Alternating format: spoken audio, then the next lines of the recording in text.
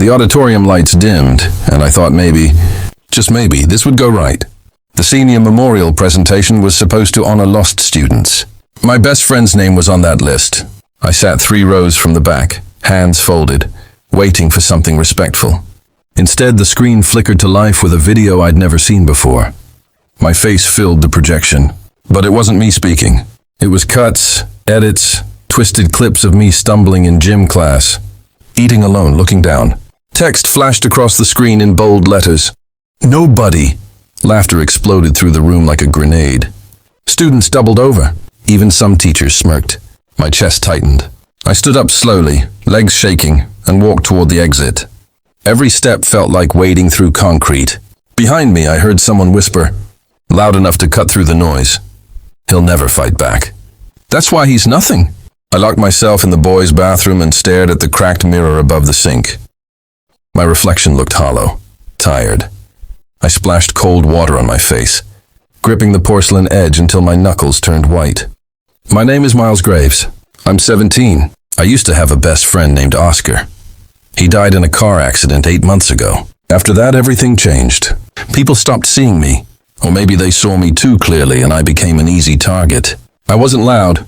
I wasn't popular. I was just there, and that made me vulnerable. My phone buzzed in my pocket. I pulled it out. A text from an unknown number. No words, just a link. I clicked it. The video from the auditorium was already posted online.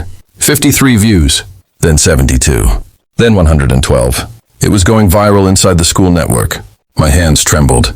I turned off my phone and stared back at the mirror. Something inside me cracked. Not broke, cracked. And through that crack, something sharper started to grow. The next morning, I went straight to the principal's office. Mrs. Callahan sat behind her desk, fingers laced together like she was praying for patience. I explained everything. The video, the laughter, the humiliation.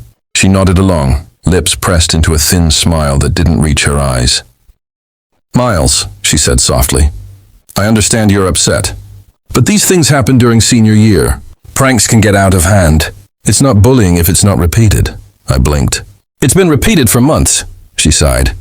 I'll talk to the students involved, but I can't punish everyone in that auditorium.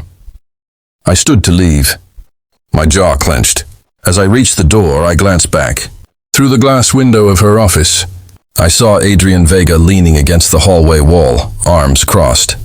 He was watching, smirking, like he'd known exactly how this would play out.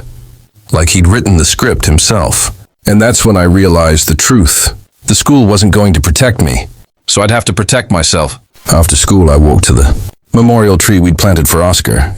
Stood near the edge of campus, small and stubborn, roots fighting through the dry soil.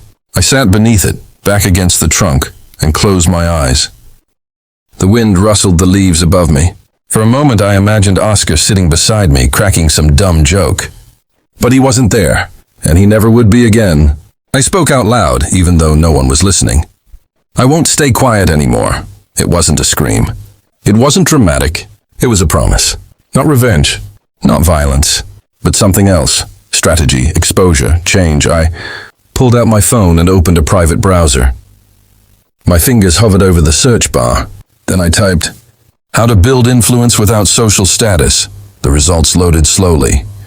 I scrolled through articles about psychology, social dynamics, and power structures. I read until the sun sets. And by the time I stood up, I wasn't the same kid who'd walked out of that auditorium. I was someone else now. Someone they hadn't met yet. I started small. Every morning I woke up at 5 and went to the gym before school. Not the school gym where everyone watched. A rundown place 2 blocks away where no one knew me. I lifted weights. Ran miles. Pushed until my lungs burned. I wasn't trying to become someone else. I was trying to become sharp. At school, I stopped talking unless spoken to. I observed. I listened. I watched how people moved, who they feared, who they followed. I studied Adrian like he was a case file. His patterns, his friends, his weaknesses. I stopped reacting to insults. I just stared back blank-faced until they looked away uncomfortable. People started noticing. In chemistry class, a girl named Bree whispered to her friend, "Why does he look different?" I didn't smile, didn't acknowledge it. I just kept taking notes. Because silence, I was learning, was a weapon they couldn't fight. and I was learning how to use it. 2 weeks later, an anonymous account appeared online. No profile picture, no name, just a username, The Ledger. The first post was simple. A leaked screenshot of the basketball team's group chat. They were bragging about cheating in the midterm using a teacher's stolen answer key. By lunch, the whole school was talking about it. Whispers filled the hallways. Phones buzzed nonstop. Teachers began investigating. 3 players were suspended. I sat in the cafeteria, eating alone like always, watching chaos unfold around me. No one suspected me. Why would they? I was nobody. The Ledger posted again that night. This time it was about grade manipulation. A junior had paid someone in the office to change his transcript. Evidence included screenshots, timestamps. Within hours, the post had 200 shares. The account grew to 500 followers overnight. And then Adrian posted a response. Whoever runs that account, watch your back. I read it 3 times. Then I smiled, because for the first time he was scared, and he didn't even know why yet. People started looking at me differently. Not with mockery, with uncertainty. In the hallways, groups parted slightly when I walked through. Conversations paused. Eyes followed. I didn't acknowledge it. I kept my head down, my expression neutral. But inside, I felt the shift. Power wasn't about being loud. It was about being unpredictable. A sophomore I'd never spoken to approached me after English class. His voice was shaky. Hey man, you good? I looked at him, said nothing, and walked past. He didn't follow. In the bathroom, I overheard 2 seniors talking. You think he's the one running it? Nah, he's too quiet. That's exactly why it could be him. Washed my hands slowly, listening. They left without saying another word. That afternoon, I opened my locker. A folded piece of paper fell out. I unfolded it carefully. The handwriting was neat, deliberate. It read, I know you're the Ledger. My heart skipped. But my face stayed calm. I folded the note back up, slipped it into my pocket, and kept walking. Someone was watching, and they wanted me to know. The note led me to Talia Knox. She was waiting by the south stairwell after school. Hood up, arms crossed. I recognized her. She used to be part of Adrian's circle, the popular crowd, but something had changed. She'd been exiled. You left that note, I said. She nodded. I did. Why? She pulled out her phone and showed me a folder, screenshots, recordings, text threads, because I'm done protecting people who don't deserve it. I scrolled through the files. There was proof of everything: harassment, cover-ups, bullying incidents so severe a student had transferred schools, and the administration buried it. Why give this to me, I asked. She looked me dead in the eyes. Because you're the only one doing something about it. I took her phone, airdropped the files to myself, and handed them back. Stay anonymous, I said. She smiled. You too. As she walked away, I felt it again. That crack inside me widening. This wasn't just about me anymore. This was bigger. And it was just getting started. The Ledger's next post went live at midnight. It was carefully written. No emotion. Just facts. A teacher had accepted bribes to inflate grades for wealthy students. The evidence was airtight. Screenshots of Venmo transactions. Parent emails. By morning, the school was in chaos.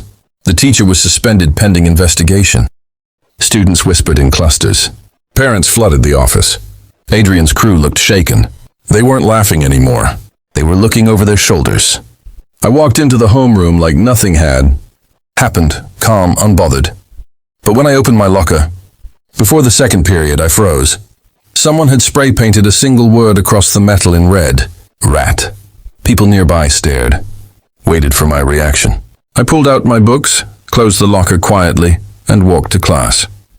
I didn't flinch, didn't defend myself, didn't even look upset, because the more I stayed silent, the more it drove them insane.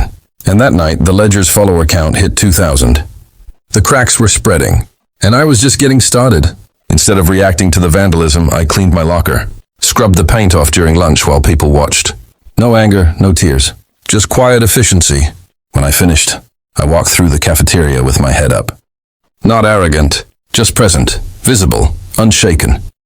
Adrian sat at his usual table, surrounded by his crew. He stared at me as I passed.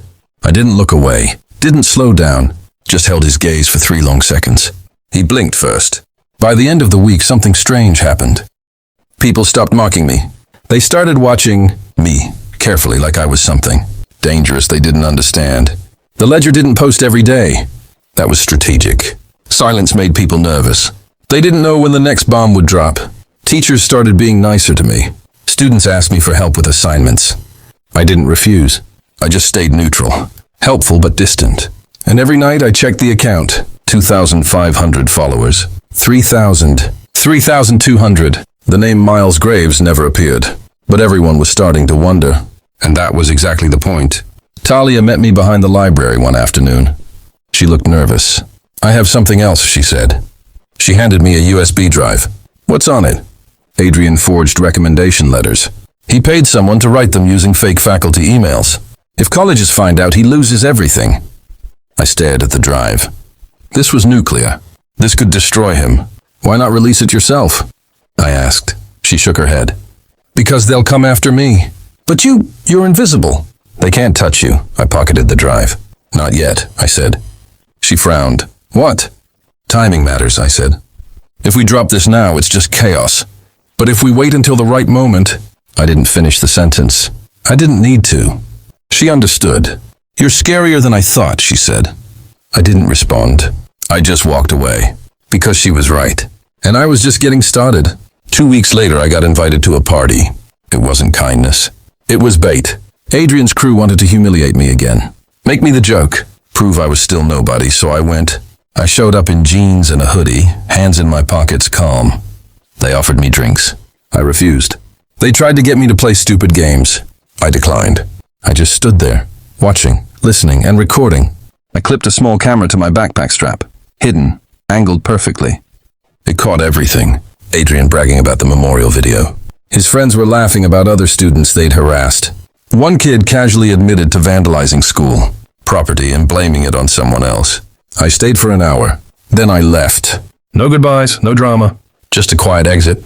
Adrian watched me go, frowning, like he couldn't figure out why I'd come, or why I'd stay so calm. That night, I uploaded the footage to a private cloud. Timestamp, backed up. I haven't posted it yet, but I had it. And when the time came, it would be devastating. Adrian had no idea, but he was starting to feel it. The ground shifting beneath his feet. The shift was undeniable now. People who once ignored me started speaking carefully around me. They didn't mock. They didn't laugh. They observed. In class, a guy named Troy accidentally bumped into me. He immediately said, "My bad, man." Not sarcastic, genuine, nervous even. Teachers watched me differently too. Mrs. Callahan. The principal avoided eye contact in the hallways. I'd become something they couldn't categorize. Not a victim, not a threat, just unknown. And the unknown made people afraid. One afternoon, Adrian cornered me by the lockers. His crew hung back, arms crossed, trying to look intimidating. "You're running that account," Adrian said. Not a question. An accusation. I looked at him, expression blank. Am I? Don't play dumb. I'm not playing anything, I said calmly. You are. His jaw tightened. If I find out it's you. You're what? I asked. My voice was quiet, steady. He didn't answer. He just stared. And for the first time I saw it. Doubt. Fear. He turned and walked away. His crew followed, quieter than before. I didn't smile. I just closed my locker and kept walking, because the truth was I didn't need to confirm anything. The doubt alone was enough. Adrian tried to regain control. He made a big post online accusing the Ledger of cowardice. Real people don't hide, he wrote. But the comments didn't go his way. Maybe they hide? Because people like you made it unsafe to speak up. Sounds like you're scared. Why do you care so much? Unless you're guilty? His girlfriend Chelsea commented too, publicly. Maybe if you weren't such a fake, people wouldn't need to expose you. Anonymously, she broke up with him that afternoon. In the cafeteria, loudly. I wasn't there, but everyone talked about it. How she'd called him selfish. How she'd said she was tired of pretending. How she walked out while he sat there, speechless. Adrian's carefully built kingdom was cracking, and he had no idea how to stop it. Because you can't fight shadows. You can't intimidate silence. And every move he made just made him look weaker. That night, the Ledger posted again. This time, it was a simple message. Truth doesn't need volume. It just needs time. 3,800 followers. And climbing. The Ledger's latest post was a bombshell. Leaked emails from a private school board meeting. The principal had been warned about harassment complaints months ago. She'd dismissed them, told staff to let it blow over. Parents were furious. The school board scheduled an emergency meeting. Local news picked up the story. Suddenly, Ridgeview High wasn't just a school with drama. It was a scandal. Mrs. Callahan stopped coming to assemblies. Teachers whispered nervously in the staff lounge. Students formed camps. Some thought the Ledger was a hero. Others thought it was dangerous. But everyone had an opinion, and everyone was talking. I kept my head down, did my work, stayed invisible. But inside I felt it. The power. Not over people. Over the truth. Over the narrative. I wasn't the victim anymore. I wasn't even the underdog. I was the storm. And they were just starting to realize it. A mandatory assembly was announced. Addressing recent events. I knew what that meant. Damage control. I sat in the back row, watching, waiting. Because the best part was coming. And I was the only one who knew. The assembly was packed. Every student, every teacher. Mrs. Callahan stood at the podium, voice shaking as she read a prepared statement about accountability and community. It was hollow. Then Adrian stood up. He walked to the front without being called. His voice cracked as he spoke. "I know who's behind the Ledger," he said. "And I'm done letting them tear this school apart." He pointed at me. "It's him." Miles Graves. The room went silent. Every head turned. I didn't move. Didn't stand. Didn't defend myself. I just stared back, calm. Adrian kept talking. He was frantic now, emotional, stumbling over words. "He's been lying to all of you. Manipulating you. He's not some hero, he's—" "Enough," Mrs. Callahan said. But Adrian didn't stop. He kept going, voice rising, desperation bleeding through. And that's when it happened. People started looking at him, not with support, with embarrassment, with pity. I stood up slowly, walked past him, stopped, looked him in the eye, and said quietly, "Truth doesn't need volume." Then I walked out. The room stayed silent. But as I left, I heard it. Murmurs, whispers, not against me, against him. Within days, the school board launched a formal investigation. Not into the Ledger, into the administration, into the complaints that were ignored, into the cover-ups. Adrian lost his spot as student body president. His name was removed from the honor roll pending review. Mrs. Callahan was placed on administrative leave. Teachers who had laughed during the memorial video were quietly reassigned. The school was unraveling, and I had barely said a word. The Ledger's follower count exploded. 7,000, 9,000, 12,000. News outlets requested interviews with the anonymous account. I declined all of them. Because I didn't need the attention. I needed the change. And it was happening. Students I'd never spoken to came up to me in the hallways. Some thanked me. Some asked questions. I stayed polite but distant. I didn't confirm. I didn't deny it. I just exited. And that was enough. Talia texted me late one night. "They're terrified of you." I stared at the message. Then typed back, "Good." Because fear wasn't cruelty. Fear was respect. And for the first time in my life, I had it. Rumors spread like wildfire. Some said I was a hero. Others said I was dangerous. A few said I'd gone too far. I didn't argue with any of them. I just kept moving forward. One afternoon, a sophomore stopped me in the hallway. "Are you the Ledger?" he asked. I looked at him. "Does it matter?" He frowned. "I guess not, but people are scared." "Of what?" "Of you." I didn't respond. I just walked away. Because the truth was, I wasn't trying to scare anyone.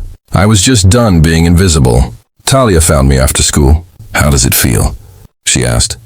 "To be feared?" I thought about it. "It feels like I exist," I said. She nodded slowly. "Good, because you always did. They just refused to see it." That night, I sat in my room staring at the ceiling. The Ledger had become something bigger than me. It was a symbol, a reckoning, and I was just the kid who'd refused to stay silent. But the story wasn't over yet. Not even close. 3 weeks later, the regional college fair arrived. I've been working on a tech project for months. A mental health app designed to help students report bullying anonymously. It was inspired by Oscar, by everything I'd been through. I entered it into the state innovation competition. I didn't expect to win, but I did. First place. Statewide. Recruiters from universities lined up to speak with me. Scholarship offers. Internship programs. Ivy League interest. I stood on that stage, holding the plaque. And for the first time in months, I felt something other than anger. I felt pride. In the crowd, I saw Talia. She was clapping, smiling. And in the back, partially hidden, was Adrian. He wasn't clapping. He just stared. His face was pale, empty, like he was watching his entire future collapse in real time. I didn't gloat. I didn't even look at him for long. I just accepted the award, shook hands, and moved on. Because I didn't need his validation. I didn't need his fear. I just needed to keep moving forward. And I was. Adrian made one last desperate move. He tried to hack into my computer. He wanted proof I was the ledger. He wanted to expose me, frame me, destroy me. But he wasn't smart enough. He used malware from a sketchy site. It backfired. Instead of accessing my files, it synced his own to the school's public shared drive. Every file, every document, every piece of evidence he'd tried to hide. His forged recommendation letters, his cheating records, his cruel group chats, everything. It went live during lunch. The entire school saw it. Phones buzzed. Gasps echoed through the cafeteria. Adrian's face went white. He tried to shut it down, but it was too late. Screenshots were everywhere. Teachers were notified. The college board was contacted. His scholarship was revoked within hours. I watched it all happen from across the room. Quiet. Still. He looked at me once. Just once.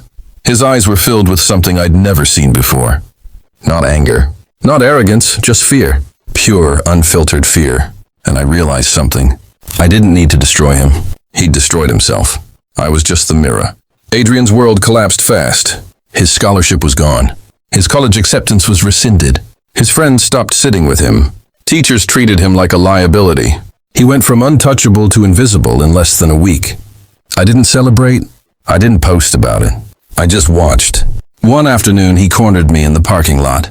His hands were shaking. His voice cracked. "Are you happy now?" he asked. I looked at him. Really looked at him. He wasn't the same person who'd smirked at me in the principal's office. He was broken, hollow. "No," I said. "I'm not happy. But I'm not sorry either. You ruined my life." "No," I said. "You did. I just stopped letting you ruin mine." He opened his mouth, closed it. Then he walked away. Slowly. Defeated. I stood there for a moment, hands in my pockets, staring at the empty space where he'd been. I didn't feel victorious. I just felt tired, but also lighter, like I'd finally put down something heavy I'd been carrying for too long. Graduation day arrived. The auditorium was packed. The same room where I'd been humiliated months ago. But this time it was different. My name was called for the Senior Honor Award. The crowd applauded. Not out of pity, out of respect. I walked across the stage, shook hands with the new principal, and accepted the plaque. I looked out at the audience. Talia was there smiling. My mom was crying. Even some of the teachers who'd once ignored me were clapping. And then I saw him, Adrian, sitting in the far corner, alone. His name wasn't called for any awards. No recognition, no applause, just silence. I didn't stare. I didn't gloat. I just took my award and returned to my seat. Because this wasn't about him anymore. This was about me. About surviving. About refusing to stay silent. And I had. The ceremony ended. Caps flew into the air. I stood still, watching the chaos around me. I'd made it, and that was enough. A week after graduation, the principal officially resigned. The school board issued a public apology. Policies changed. A new anonymous reporting system was implemented. The ledger was never officially confirmed, but everyone knew. And instead of backlash, I received messages. Hundreds of them. From students. From parents. From people I'd never met. Thank you. You gave me courage. You made this place better. Scholarship offers kept coming. I accepted one from a university 3 states away. Full ride. Computer science program. Mental health advocacy track. I packed my bags slowly. My room felt smaller now, like I'd outgrown it. On my last night, I drove to Oscar's memorial tree. I sat there back against the trunk and spoke out loud. I did it, I said. I didn't stay silent. The wind rustled the leaves. And for a moment I swear I felt him there, proud, at peace. I stood up, brushed the dirt off my jeans, and walked back to my car. Tomorrow I'd leave, and I wouldn't look back. Move-in day arrived. I loaded the last box into my car and stood in the driveway, staring at the house I'd grown up in. My mom hugged me tight. "I'm proud of you," she whispered. "I know," I said. I drove through town one last time, past the school, past the cafeteria, past the memorial tree. And then I saw Adrian, standing outside a gas station, alone. His clothes were wrinkled. His eyes were tired. He looked up as I drove past. Our eyes met for a split second. I didn't slow down. I didn't wave. I just kept driving, because he was part of a chapter I'd already closed. The highway stretched ahead of me, open, endless. I turned up the music and pressed the gas. For the first time in years, I felt free. Not because I'd won, but because I'd survived. And that was more than enough. I arrived at campus just as the sun set. The buildings glowed orange and gold. Students laughed and moved in groups. No one knew me here. No one knew my story. And that felt perfect. I unpacked slowly, hung up a photo of Oscar, set up my desk. As I sat down, my phone buzzed. A message from Talia. "You good?" I smiled. Typed back, "Yeah, I'm good."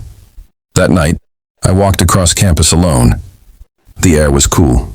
The stars were bright. I thought about everything. The humiliation, the fight, the fear, the victory. And I realized something. They'd called me nobody. They'd tried to make me disappear. But I hadn't. I'd become something they couldn't ignore. Something they couldn't control. Something they feared. Not because I was cruel, but because I refused to be silent. I stopped walking and looked up at the sky, took a deep breath, and whispered to myself, "They called me nobody, but now I'm the reason they're afraid." Then I smiled and kept walking, because this wasn't the end. It was just the beginning.